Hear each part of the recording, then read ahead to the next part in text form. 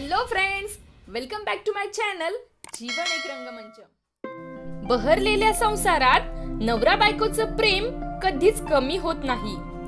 कायद्याने वेगळे झालेल्या नवरा बायकोचं प्रेम कसं असतं ते आपण एका सुंदरशा कथेच्या माध्यमातून ऐकणार आहोत। चला तर मग मित्रांनो, आजचा व्हिडिओ सुरू करूया। पती व पत्नी कायद्याने दोघे वेगळे झाल्यावर त्याने राहतं घर विकायला काढलं। ब्रोकरच्या थ्रू तिच्या वडिलांनीच ते घर विकत घेतलं। पुन्हा घराची एक किल्ली त्याच्या हातात देत म्हणाले, मी माझ्या लेकीला ओळखतो तसा तुलाही। सगळ्या गोष्टी भावनेच्या भरात करतोस, अगदी माझ्या लेकीशी लग्न सुद्धा। पुन्हा भावनेच्या भरात एकत्र यावंसं वाटलं तर तसं व्हायला नको, म्हणून ही रिकामी वास्तू तुझ्या हवाली करतो। कधी वाटलं तर येऊन बसत जा। भरल्या घरापेक्षा रिकामं घर जास्त बोलतं आपल्याशी। भावनेपेक्षा विचार जास्त ठाम असतात। विचारांवर ठाम झालास तर घेतलेल्या निर्णयाचा पश्चाताप होणार नाही। निर्णय ठाम झाला की माझी किल्ली मला परत दे, नाहीतर येऊन माझी मुलगी परत घेऊन जा। आणि खरंच तो ढळत्या दुपारी रिकाम्या घरात बसायला लागला। कलंडणारी उन्ह आपल्या घरात अशी ऐसपैस पसरतात हे त्याला माहीतच नव्हतं। मावळतीचा वारा अख्खा घरावर ताबा घेतो याची तर त्याला कल्पनाच नव्हती। एक चुकून राहिलेलं काल निर्णय होतं। भिंतीवर हवेमुळं फडफडत होतं। त्या फडफडण्याचा आवाज सुद्धा त्याला नवा होता। त्याने जवळ जाऊन बघितलं। कसल्या कसल्या नोंदी तिने त्यावर करून ठेवल्या होत्या। कसली बिलं, देण्याची तारीख, दुधाचा हिशोब, कामवालीचे खाडे, पेस्ट कंट्रोलची तारीख, सिलेंडर संपण्याची तारीख, ग्राहकचं सामान येण्याची तारीख, इस्त्रीचे कपडे, त्याचा हिशोब, या कशातच तो सहभागी नव्हता। अगदी तिच्या महिन्याच्या तारखा, तारीख पुढे गेली तर त्याला गलबलूनच आलं। या कशातच आपण सहभागी नव्हतो।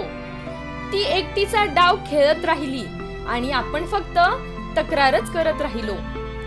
त्याला त्या कॅलेंडर समोर उभं राहणं शक्य होईना। तो बेडरूम मध्ये आला। त्याने खिडकी उघडली। खिडकीत तिनं हौशीने लावलेली शेवंती होती, वाळून वाळून झुरायला आलेली। तिला भिजवायला तो आतुर झाला, कातर झाला। पाणी घालायला भांड नव्हतं। त्याने कुंडीच सिंक मध्ये नेली।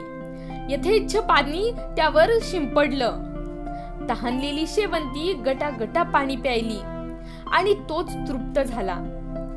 तेवढ्यात लँचकिनने दार उघडण्याचा आवाज आला। ती आली होती, शेवंती सारखीच। तिला समोर बघून तो उन्मळून गेला। काय अवस्था करून घेतली आहे हिने। तिच्या आयुष्यातलं आपलं स्थान आपल्या लक्षात कसं आलं नाही, की आपण लक्षात घेतलं नाही। जिद्दीला पेटून भांडते तेव्हा ती कुठल्याही टोकाला पोहोचते हे काय आपल्याला लग्नाआधी माहित नव्हतं। दोघांची नजरानजर झाली। दोघे क्षणभरासाठी स्तब्ध। ती म्हणाली, मी ही शेवंती न्यायला आले होते।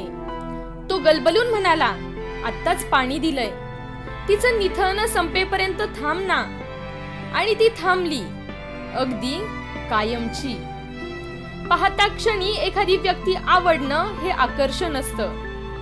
परत पाहावंसं वाटणं हा मोह असतो।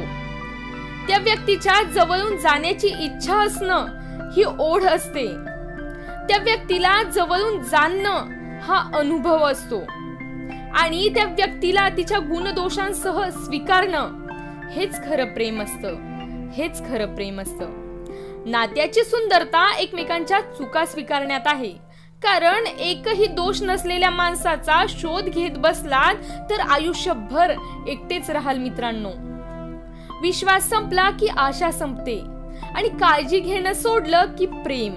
आणि म्हणूनच विश्वास ठेवा आणि काळजी घ्या आपल्या जीवनसाथीची व आपल्या कुटुंबाची, कारण आयुष्य खूप सुंदर आहे मित्रांनो। धन्यवाद मित्रांनो। आजचा व्हिडिओ कसा वाटला मला कमेंट करून नक्की कळवा। व्हिडिओ जर आवडला असेल तर लाईक करा, जास्तीत जास्त शेअर करा आणि हो, चॅनलवर नवीन असाल तर चॅनल सबस्क्राईब करायला अजिबात विसरू नका. पुन्हा भेटूया अशाच एका नवीन व्हिडिओ सोबत. तोपर्यंत पाहत रहा जीवन एक रंगमंच.